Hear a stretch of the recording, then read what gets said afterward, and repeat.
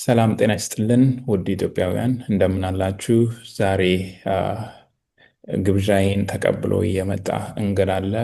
እሱም የጋምቤላ ነጻነት ግንባር ሊቀመንበር አቶ ገለዋቅ ቦምፓል ናቸው። ዛሬ የምናወራበት ጉዳዮች ይኖሩናል። የዚህን ጉዳይ ደግሞ የምናወራው ስለ ጋምቤላ ያለው አሁናዊ ሁኔታዎችን ይመለከታል። ስለዚህ አብራችሁን ተከታተሉን። አመሰግናለሁ አቶ ጋልዋክ ግብዣችን አክብረህ ስለተገኘን ከልብ እናመሰግናለን። መጀመሪያ ለማንሳት የፈለግኩት አሁን እንደምታውቁት ጋምቤላ ክልል ውስጥ ረብሻ እንዳለ ነው። ይህም ረብሻ ደግሞ በቅርብ ጊዜ የተጀመረ አይደለም ያለ ነገር ነው እና የግጭቱ ጊዜ ሰሌዳ አሁን ባለው ሚዲያዎች እንደሚናገሩት ከሆነ እንዴት ነው የግጭቱን ሰሌዳ እያዩት ያለው? ምክንያቱም አንዳንዶቹ የሆነ የፖሊስ አባል ከተገደለ ጊዜ ጀምሮ ነው እነሱን ያነሱት። እንደምናውቀው ደግሞ አዲሱ መንግስት ከመጣ ጊዜ ጀምሮ አዲሱ መንግስት ስል የአቶ ገልዋሮን እና የዓለሚቱን መምራት ከጀመሩ በኋላ የመጣውን ብዙ ግድያዎች ተፈጽሟሉ በጋምቤላ ክልል ውስጥ። ስለነሱ ትንሽ አብራራልንና አሁን ያለውን ነገር እስቲ ቀንጨብ አድርገው ይንገሩን። እሺ፣ አመሰግናለሁ። በመጀመሪያ ደረጃ ስለጋብዛችሁኝ እጅግ አድርጌ አመሰግናችኋለሁ። በተለይ በጋምቤላ ክልል ውስጥ ያለው የጸጥታ አለመረጋጋት ላይ የራሴን ሀሳብ እንዲጨመርበት እድሉ በማግኘቴ የተሰማኝ ደስታ በራሴና በራሴ ድርጅት ስም የእናንተ ፕላትፎርም ለማመስገን ፈልጋለሁ። ከዛ በመቀጠል የጋምቤላ ጸጥታ አለመረጋጋት ታሪክ ስንመለከት በጣም ረጅም ነው። ግን አንዳንድ ግለሰቦች ባላቸው የብሔርተኝነት ፖለቲካ ፍላጎት ለመቆራረጥ ይሞክራሉ። ምክንያቱም ሰው ምንጊዜም ለራሱ ፖለቲካ ፍጆታ የሚሆን መረጃ ነው ይዘው ለሌላው የሚያስተላልፈው። የጋምቤላ ክልል ጸጥታ አለመረጋጋት ከወይዘሮ ዓለሚቱ እና ከአቶ ዶክተር ገለዋሮን በፊት ነው የነበረውን ርዕሰ መስተዳድር ኡመድ ጁሉ ከዚህ የተነሳ ከጸጥታ አለመረጋጋት የተነሳ ነው ከስራ ከኃላፊነቱ እንዲነሳ የተደረገው እና ወይዘሮ ዓለሚቱ ወደ ስልጣን እንዲመጣ የተደረገውን የነበረውን አለመረጋጋት እንዲያስቆም ነው። እንደውም ቃላቸው ሁሉም ታስታውሱ ከሆነ ከአሁን በኋላ የሰው ደም መፍሰስ የለበትም ብላ ቃል የገባችበት ሁኔታ ነበረች።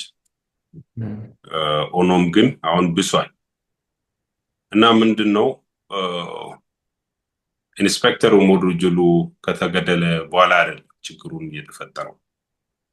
እውነት ለመናገር በወይዘሮ ዓለሚቱ ጊዜ እንጀምር ከተባለ ወይዘሮ ዓለሚቱ ወደ አሁኑ ስልጣን እንደያዙ ሰው መግደል እንደገና የተጀመረው በማንነት መሰረት ያደረገው ጥቃት። ወይዘሮ ዓለሚቱ ነሐሴ 10 2016 ላይ ነው ወደ ስልጣን የመጡ። በቀናት ልዩነት ነው።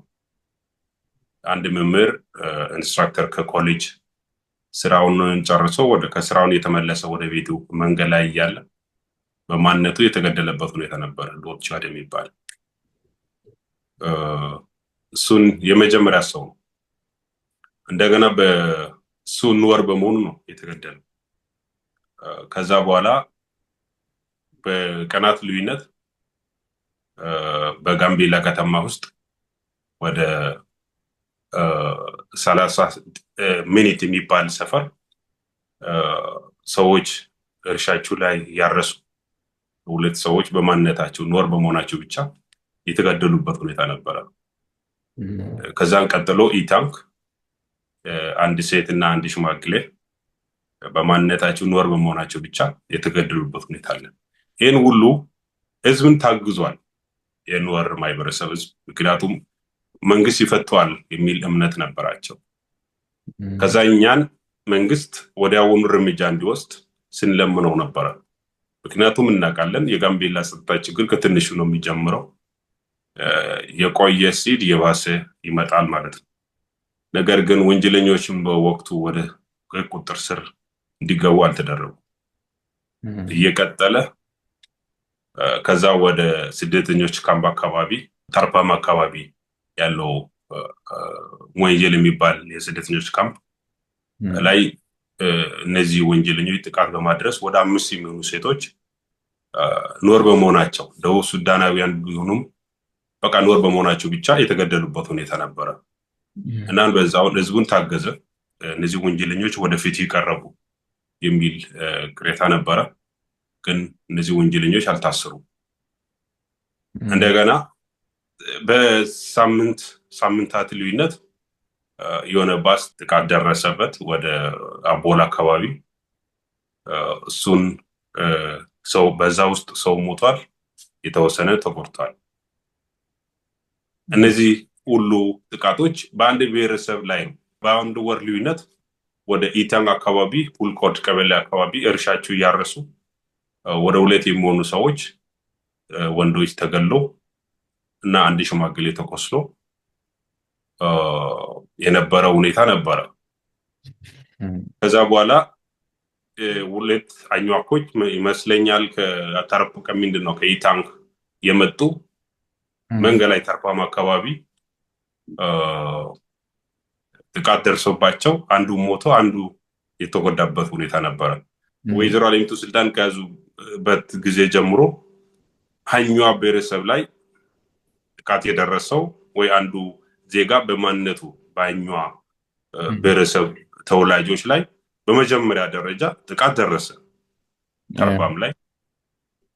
ከዛ በኋላ ከ2 ቀን በኋላ ምን ተደረገ? በተከታታይ በአቦል ወይ ጋምቤላ ከወረዳ አካባቢ አምቡላንስ እና ፒክአፕ ጥቃት ደርሶባቸዋል።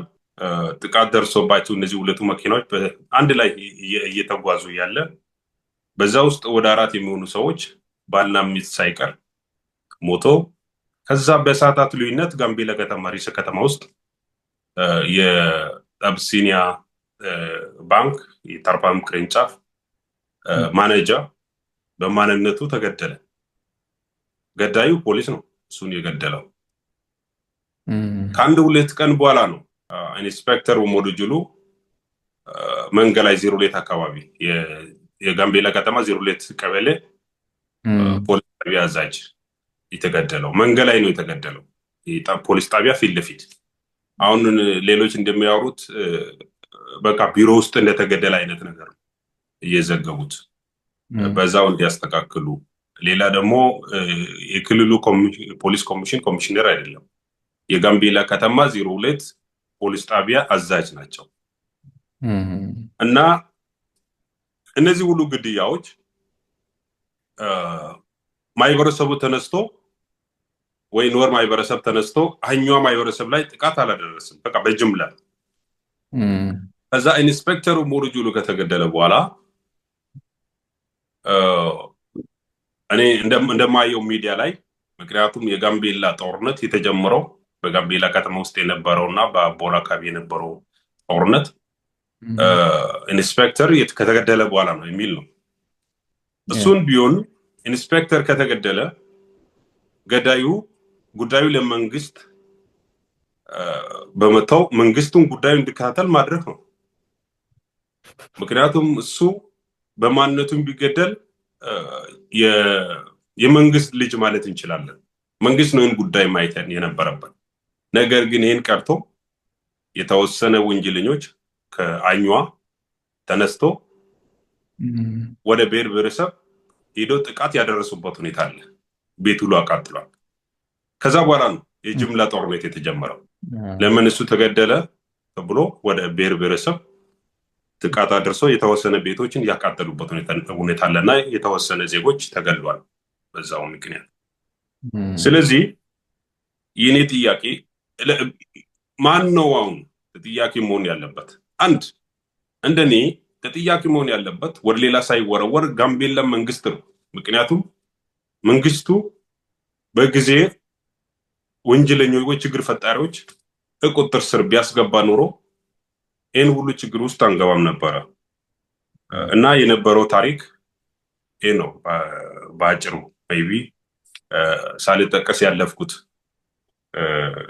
እንትናዎች ሊኖሩ ይችላሉ እና ቢ በሚናደርገውን ውይይት ልታስታውሰኝ ትችላለህ። አመሰግናለሁ። የጋምቤላ ጉዳይ ራሱ ሲታይ በጣም አንዳንዴ ያሳስባል ነገሮችን። አንዳንድ ሰዎች ፍርሃት አለባቸው ላይክ ሌት ተቀን ማለት ነው። አሁን ራሱ ወደ ማዞሪያ ሄደ በሰላም ትመለሳለህ ብለህ አታስብም አንዳንዴ። እና የዚህ ኢንሴኪሪቲ አለ በብዛት ጋምቤላ ከተማ ውስጥ። ነገር ግን ኢንሴኪሪቲው እንዲኖር የመንግስት ተቋማት እነዚህ የጸጥታ ኃይሎች ምን ስራዎች ላይ እየሰሩ ነው? ወይስ እነዚህም የጸጥታ ኃይሎች ወደ ውንጀላ ደረጃ ደርሷል ወይ ብሎ ያስባል? እንደተናገርኩት ነው የጋምቤላ ጸጥታ አካላት ጸጥታውን ለማስከበር በቂ ስራ አልሰሩም የሚል ግምገማ ነው ያለኝ። አንድ ቁርጠኝነቱ የለም፣ ፍላጎትም የለም። ምክንያቱም ከላይ ጀምሮ ነው ቁርጠኝነትን መታየት ያለበት። ምክንያቱም ሄደ ሰውን የበላይን ካልፈቀደልህ ማሰር አትችልም ወንጀለኛ። ምክንያቱም እኛን ለምነናል። ምክንያቱም ጉዳዩ ጸጥታ ችግሩን ከጋምቤላ ወረዳ ሳይወጣ ባለውን ሳይስፋፋ ይቆጣጠር በምንጠየቅበት ጊዜ ጸጥታ ቃሉ ራሱ ሳይቀር እኛን እንደ ችግር ፈጣሪዎች ያደረገንበት ሁኔታ አለ። ስለዚህ በአቦል ወረዳ ላይ ጥቃት ሲፈጸሙ የነበሩ ፖሊስ አባላቶች ናቸው። ስለዚህ ማን ነው ጸጥታውን ሊያስከበር የሚችለው? ፖሊስ ካልሆነ በስተቀር። ስለዚህ በቂ ስራ አልተሰራም የሚል እንትን ያለኝ። ምክንያቱም ወይዘሮ አለሚቱ የተጠቀሙት ዘዴ ኡሞዱ ጁሉ ሲጠቀምበት የነበረው ዘዴ ነው። ምክንያቱም ጸጥታ ችግር በሚፈጠርበት ጊዜ የጽዳት ስራ እንዲሰራ ወይ ሌላ ስራ የነበረውን ችግር ለመሸፈን።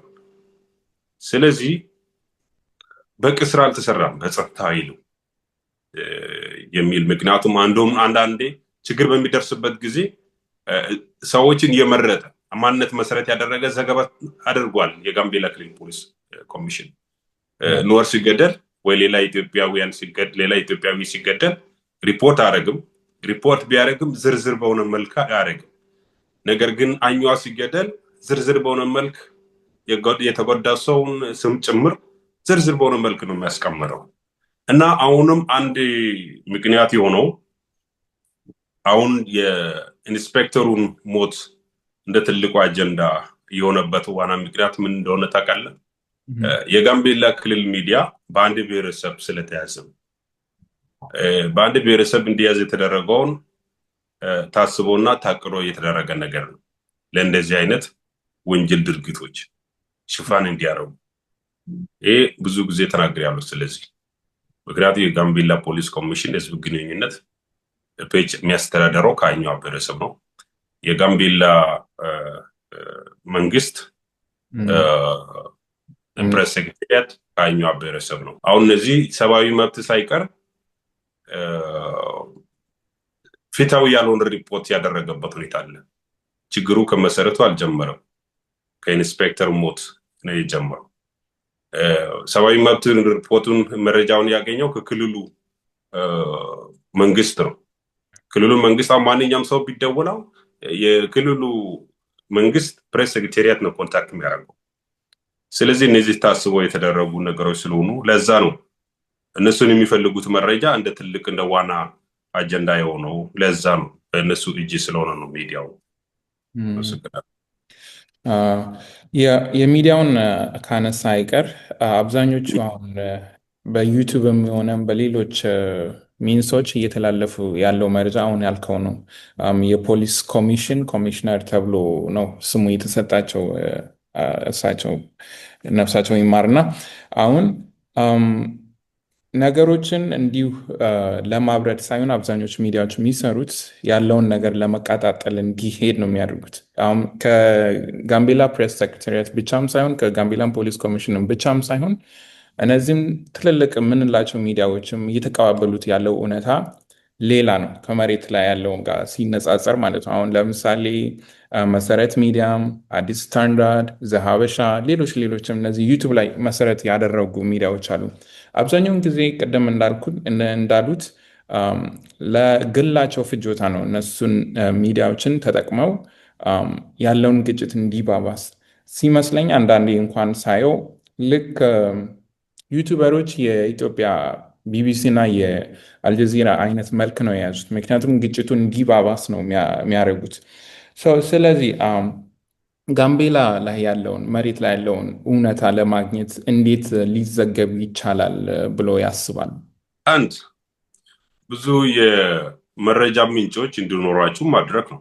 በአንድ ሳይት በኩል መረጃ መሰብሰብ የለባቸው። አንድ ጋምቤላ መንግስት ከዚህ ችግር ገለልተኛ እንዳልሆነ በተለይ ወይዘሮ አለሚቱ ሳይቀር ከዚህ ችግር ገለልተኛ እንዳይሆኑ ማወቅ መቻል አለባቸው።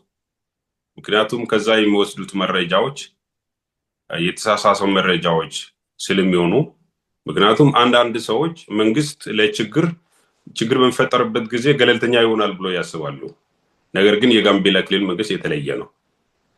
ብሔር የወከለ መንግስት ነው። አንድ ብሔር የወከለ መንግስት ስለሆነ ከዛ ብቻ መረጃ ባይወስዱ የሚል ሀሳብ አለኝ። ከሌላ ገለልተኛ ቃል በተለይ እዛው ጋምቤላ ክልል ውስጥ የሚኖሩ ሌሎች ኢትዮጵያውያን ትክክለኛ ገለልተኛ መረጃ እንዲሰበሰብላቸው የሚሰራ ሰው ሊመደቡ ይገባቸዋል የሚል ሀሳብ ነው ያለኝ እና ወደ ዘገባ ከመሄዳችሁ በፊት ከሁለቱም የተጋጩ ቡድኖች መረጃ መሰብሰብ መቻል አለባቸው ወደ ዘገባ ከመሄዳቸው በፊት። ነገር ግን አሁን የታየ ያለው የአንድ መረጃ ምንጭ ተጠቅሞ ወደ ሚዲያ የሚሄዱበት ሁኔታ አለ። እሱን ቢያስቆሙ ይችላሉ፣ ጥሩ ይሆናሉ ለህዝብ ደህንነት። አሁን ወደ ቀጣዩ ጥያቄ እንሂድና ጋምቤላ ክልል ውስጥ እነዚህን ድርጊቶች የሚፈጽሙ አካላት አሉ። ላይክ ኖርማሊ እኔም እንደማስበው በጅምላ የአኟክ ብሔረሰብ ማለት ይከብዳል። በጅምላም ደግሞ የኑዌር ብሔረሰብ ወይም የኦፖም ብሔረሰብ ማለት ይከብዳል። አንዳንድ ሰዎች አሉ አገሪቷ ክልሏ ሰላም እንዳይኖራት የሚያደርጉ ሰዎች አሉ። እነዚህን ሰዎች ከንጹሃኑ ማህበረሰብ ተለይቶ እንዴት ተለይቶ ወደ ህግ ማምጣት ይቻላል አሁን ባለው ነገር? ምክንያቱም ብሔርተኛውን ሲታይ ወደ ጋምቤላ በኩል በጣም እየበዛ ነው እያየሁት ያለውን። ምክንያቱም ለዘመናት የነበረ ግጭቶች አሁን በብሔር ነው የሚነሱት። እነዚህ አንዳንድ ሰዎች ከውጭም አገሩም ነው ከክልል ውስጥም ላሉት ሰዎች ወደ ህግ ፊት እንዴት ማምጣት ይቻላል ብሎ ያስባሉ? እሺ፣ ጥሩ ጥያቄ ነው።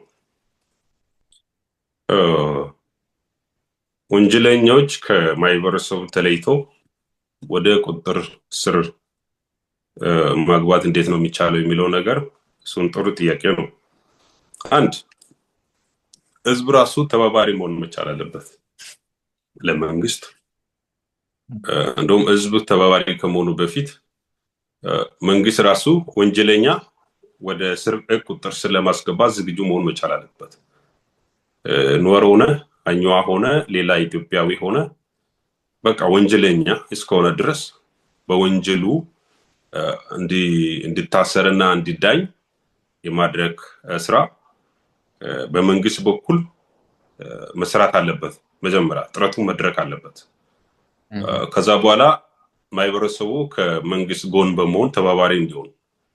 ምክንያቱም አሁን አንድ ሰው መንገድ ላይ የወጣ ዜጎች በማንነታቸው እየገደለ ከገደለ በኋላ ተመልሶ ወደ ማህበረሰብ ውስጥ ተደብቆ የሚቀር ከሆነ ያን ማህበረሰብ በተደጋጋሚ እንደዚህ አይነት ወንጀሎች እየተፈጸመ ወንጀለኞች ወደ ራሳቸው ውስጥ በመግባት የማያጋለጡ ከሆነ አስቸጋሪ ነው።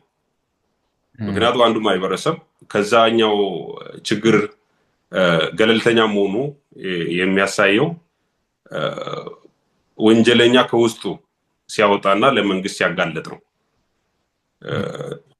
እና ይሄ ነገር ስራ መስራት አለበት፣ ግን ክፍተት አለ።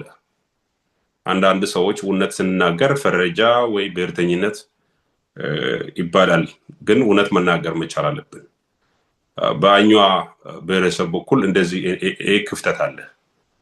ወንጀለኛ ለማጋለጥ በተለይ ሌላ ብሔር የገደለው ኑዌር ብቻ ሳይሆን ሌላ ኢትዮጵያዊ የገደለው ወንጀለኛ በማህበረሰብ ውስጥ የሚደበቅበት ሰፊ ሁኔታ አለ። በዚህ ጊዜ የተጀመረ ሳይሆን ከወከል አኳይ በፊት የነበረው ባህል የሆነበት ሁኔታ አለ። እንደውም የነበረውን የንጹሃን አኝዋኮች ጭፍጨፋ ከዚህ የተነሳ ነው። ምክንያቱም ወንጀለኞች መንገድ ላይ ወጥቶ መኪና ላይ ጥቃት ሲያደርሱ ፌደራል መንግስት ሳይቀር ኢንቮልቭድ በመሆንበት ሁኔታ ሲፈልግ ወንጀለኞች ማህበረሰቡና አመራሩ ወንጀለኛ ወደ ቁጥጥር ስር እንዲገባ አይተባበሩም እና እንደዚህ አይነት ሁኔታ አለ። ስለዚህ ትልቁ ስራ መስራት ያለበት የአኝዋው አመራር ነው። በቃ ወንጀለኛ ሁሉም አኝዋ ማህበረሰብ ሊወከል አይገባም። አሁን ለምሳሌ በነበረውን ሁኔታ እስካሁን የታሰረውን በብዛት ኑዌር ናቸው። በተለይ ላሬ በነበረውን ግጭት የላሬ መኪና ሁለት መኪናዎች ላይ ጥቃት ከደረሰ በኋላ ሰው ከሞተ በኋላ የሟቾች ቤተሰብ ተናዶ በላሬ ውስጥ ስብሰባ ላይ የነበሩ አኝዋ ተወላጆች ላይ ጥቃት ለማድረስ ጥረት ሲያደርጉ የነበረውን የወረዳ አስተዳዳሪ ትልቅ ስራ ሰራ። እነሱን ለመከላከል ፌደራል ፖሊሶች ጠርቶ የመከላከል እንዲያደርግ በዛው ማል ግጭት ተፈጥሮ የሰው ህይወት አለፈ። በዛው ድርጊት 2 ቀን ባልሞላ ጊዜ ውስጥ ወደ 6 የሚሆኑ ሰዎች ታስረዋል። ነገር ግን አቦል ጋምቤላ ወረዳ ከ33 በላይ ዜጎች ተገለው በተለያየ ጊዜያት አንድ ሰው ግን አልታሰረም። ይሄን ሉክ እና እንደዚህ አይነት ክፍተት አለ። አሁን ለምሳሌ በእንደዚህ አይነት ድርጊት የታሰሩ ሰዎች ቢታያው ኑዌሮች የተገደሉት በብዛት የተገደሉት ኑዌሮች ናቸው። አኝዋ ግን የተገደለው ትንሽ ነው። ሜቢ ቢበዛ ልክ ከዚህ ጦርነት በፊት ቢበዙ 2 ቢሆኑ ነው ባለኝ መረጃ። ግን ኑዌር ወደ 52 ምናምን ይሆናሉ እና የታሰሩ ኑዌሮች ይበዛሉ። አሁን ግን የታሰሩ አኝዋኮች ትንሽ ናቸው። ሉክ እንደዚህ አይነት ክፍተት አለ። ለዛ ነው ብዙ ጊዜ አኝዋ ሙራድ ክልል የመምራት አቅሙ የላቸውም። ምክንያቱም አንድ ርዕሰ መስተዳድር በምትሆንበት ጊዜ በቃ ዳግም መውለድን መቀበል መቻል አለበት። በቃ የሁሉም የህዝብ ልጅ መሆንን መቀበል መቻል አለበት። ካለባበስን ጀምሮ ካነጋገርን ጀምሮ ፍትህም ሲሆን በተመሳሳይ አኝዋ ሆነ ኑዌር ሆነ ጥፋት ካጠፋ እርምጃ መውሰድ። ግን እንደዛ አይደለም። በአኝዋ ሙራን በኩል በቃ ወንድም ለፍትህ ወንጀል ቢፈጸም ለፍትህ ካጋለጥክ በቃ ወንድም በትሬ እንዳደረግከው እንደሸጥክ ነው የምትወስደው። ግን እንደዛ አይደለም። ወንጀለኛ ለፍትህ መቅረብ መቻል አለበት። ወንጀለኞች ለፍትህ ቢቀርቡ ኖሮ እስከዚህ ደረጃ ላይ አንደርስም ነበር እና ያለው ይሄ ነው። በተለይ በአኝዋ በኩል በማጃንግ በኩል እንደዛ አይነት ነገር የለም። በኦፖም በኮሞ እንደዛ አይነት ነገር የለም። ችግር ፈጣሪ ወደ አሁኑ ለመንግስት ይጋለጣል። ግን በአኝዋ ማህበረሰብ ዘንድ ይሄ ነገር ቫልዩ የሆነበት ሁኔታ አለና ማህበረሰቡን ወደው አይደለም ጋይነን የፈጠረው አዲስ ህይወት ነው። በአኝዋ ማህበረሰብ ውስጥ ወንጀለኛ ካጋለጥክ ትገድላለህ። ለዛ ነው አሁን ችግር በሚፈጠርበት ጊዜ ጋምቤላ ወረዳ ላይ ስንት ጥቃቶች ተፈጽሟል። ግን አንድ ቀን አኝዋ ሙር መንገድ ሚዲያ ላይ ወጥቶ አይ ያደረግነው ነገር ትክክል አይደለም፣ ለምንድነው ዜጎች በማንነታቸው የሚገደለው ብሎ አንድ ቀን ራሱ ሚዲያ ላይ ቼክ አድርገው አታገኝም። አንዳንድ ሚኒስትሮች የሚወጡ በሚጋጩበት ጊዜ ነው። አሁን ለምሳሌ 2 ሴቶች ሚዲያ ላይ ተናግሮ ነበረ ከውጆጊለ ጋር በነበራቸው ግጭት። ውጆጊለ የነሱ ወንድም ላይ የሆነ ዛቻ ስለፈጠረ ከዛ እነሱ ተናዶ አንተን ገዳይ ችግር ፈጣሪ ነህ ምናምን ብላ የተናገሩት። ስለዚህ ከሱ ጋር ስለተጋጩ ነው። ግን ገለልተኛ ሆኖ ሚዲያ ላይ ወጥቶ ለምንድን ነው ነዋሪዎች በማንነታቸው በአቦል ወረዳ ላይ ወይ በጋምቤላ ከተማ በጋምቤላ ወረዳ ላይ የሚገደሉት ሌሎች ኢትዮጵያውያን ለምንድን ነው የሚጎዱ ብሎ የወጣ አንድ አኛው ምሁር አታገኝ። ውጭ ሀገር ያሉም ሳይቀር አንድ ቀን እንደውም መናገር ሳይሆን መጻፍ ራሱ ነገር ግን አንድ አኛው ከተገደለ ሁሉም ወደ ሚዲያ ይወጣሉ። እነዚህ ደግሞ በቃ ለራሳቸው ምክንያት እነዚህ ምሁራን ታማኝነታቸው ለብሔራቸው ነው። እንደውም አሁን ለድርጅት ወይ ለህግ አይደለም ታማኝነታቸው። መሪ ቢሆንም አሁን ወይዘሮ አለሚቱ ታማኝነቷ ለብሔሯ ነው እንጂ ለኢትዮጵያ ህግ አይደለም። ይሄ ነው ችግር። ነገር ግን መሆን ያለበት ታማኝነቷ ለህግ ነው። ምክንያቱም ህግ ሲባል ሁሉም አቀፍ ነው። ሁሉም አቀፍ ሁሉም ዜጎች በእኩልነት የሚያይ ኮንስቲቱሽን አለ። መሪ ስትሆን በዛው ለዛ ኮንስቲቱሽን ታማኝ መሆን መቻል አለበት የሚል ሀሳብ ነው ያለኝ። ግን በአኛ ምሁራን በኩል ወይ አመራር በኩል እንደዚህ አይነት ነገር የለም። እሺ አቶ ጋልዋክ በጣም አመሰግናለሁኝ። ላይክ ትንሽ ደቂቃ ነው የሚቀርን፣ ምናልባት 6 ደቂቃ ቢሆነው ግን የመጨረሻውን እድል ሰጥቶታለሁኝ። ግን አሁን ስለ አቦል ወረዳ አንስቷሉ እና የአቦል ነገር በተደጋጋሚ ለአመታት ሰው የሚገደልበት ስፍራ ነው ያን ቦታ። ስለሱ ምን ሊደረግ ይቻላል በሕገ መንግስቱ መሰረት ብሎ ያስባሉ? ከዛም ለመናገርም የፈለግኩት ያልጠየቅኩት ነገር ካለ እዛው ጨምረው እንዲያጠቃልሉልኝ እጠይቆታለሁ። አመሰግናለሁ። የጋምቤላ ወረዳ አቦል ተብሎ ነበር የሚጠራ ድሮ። ከዛ ወደ ጋምቤላ ወረዳ ሲባል የጋምቤላ ከተማ የበታች ወረዳ ማለት ጋምቤላ ርዕሰ ከተማ ከስሯ ቀበሌዎች ነው ያሉ መሆን አልነበረበትም። አደረጃጀቱ ከስሯ ወረዳዎች ወይ ክፍለ ከተማዎች ሊኖሩ ይገባል። በአደረጃጀቱ ግን እንደዛ አልተደረገም። ያኔ አቦል ወይ ጋምቤላ ወረዳ ብቻ ነበር የተፈጠረው። ድሮ ኖሮች በዛ ውስጥ ውክልና ነበራቸው፣ ምክንያቱ የጋራ ወረዳ ስለነበረች። ከዛ ምንድን የተደረገው ወደ ከጋምቤላ ከተማ ውስጥ ወጥቶ ራሱ ችሎ ለያኛዋ ብቻ እና ለቆሞ እንዲሆን የተደረገበት ሁኔታ አለ። ምንድነው ስለ አቦል ብዙ ደም ፈሷል። ስለ አቦል ብዙ ህይወት ጠፍቷል። የታይሳስ ወይ 2003 በፈረንጆች አቆጣጠርና በ96 የተፈጠረውን የያኛዋ ጭፍጨፋ ከአቦል አካባቢ የተነሳ ጉዳይ ነው። ምክንያቱም በዛው አካባቢ ነበር የዩኤን ሰራተኞች የተገደሉ። በዛ አካባቢ ነው ጆር ጥቃት ባለፈው አመት ጆር ንጹሃን ዜጎች ላይ ጥቃት ሲደርስ ከአቦል የተነሳ ጉዳይ ነው። ምክንያት በተደጋጋሚ ኖሮች በዛው አቦል አካባቢ የተገደሉ ስለነበሩ ፍትህ ሲጠይቁ በውሞት ጊዜ ተመሳሳይ እንደ አለሚቱ ፍትህ ወይ ወንጀለኞች ወደ ህግ ለማስገባት ፍቃደኛ አልነበረም እና ኦልሬዲ ህዝብ ፍትህ ካጣ ወደ ጉልበት ይሄዳል።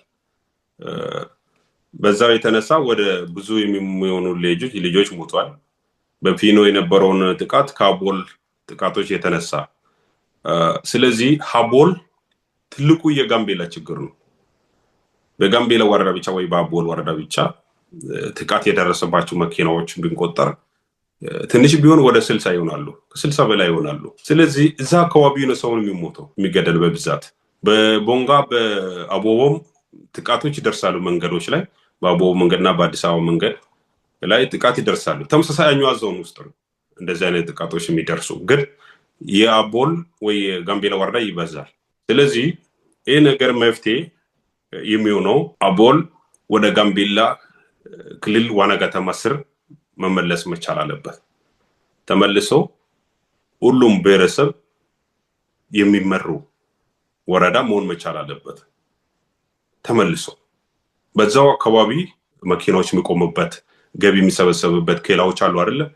ኬላዎች አካባቢ ኬላውን መጠበቅ ያለበት ከኑወር ከአኟ ከኮሞ ከሌሎች የተደባለቁ ጸጥታ ኃይሎች ናቸው እዛ መሆን ያለባቸው።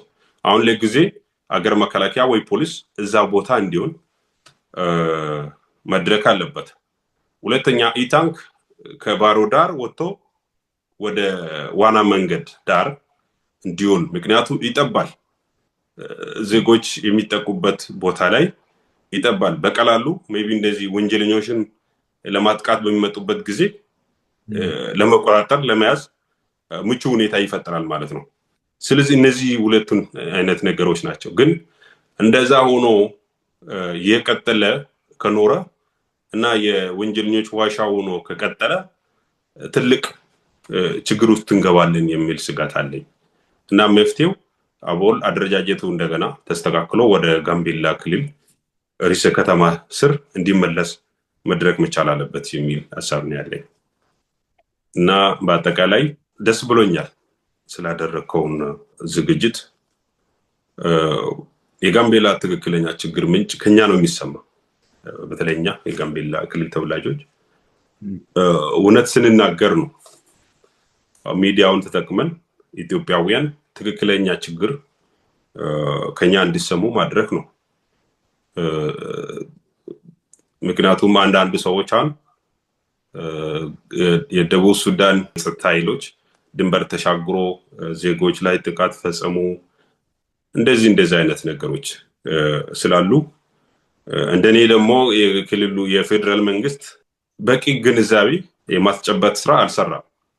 ምክንያቱም እንደዚህ አይነት ውሸት መረጃዎች በሚተላለፉበት ጊዜ መንግስት ወጥቶ እንደዚህ አይነት ችግር እንዳልተፈጠረ መዘገብ መቻል አለበት። ክሊርሊ ሁሉም እንዲገባው። ምክንያቱም አንድ ዞሮ እነዚህ ሰዎች መንግስት ደካማ ነው እንዲባል ነው እንደዚህ የሚያደርጉት። እና ምንድነው በመጨረሻ የሚሰጠው ሀሳብ ጠንካራ ግንኙነት ከሌሎች ሚዲያዎች ጋር መፍጠር መቻል አለብን። ከሌሎች ሚዲያዎች ጋር ለመስራት በተለይ ፊታዊ ሚዲያዎች የምንላቸው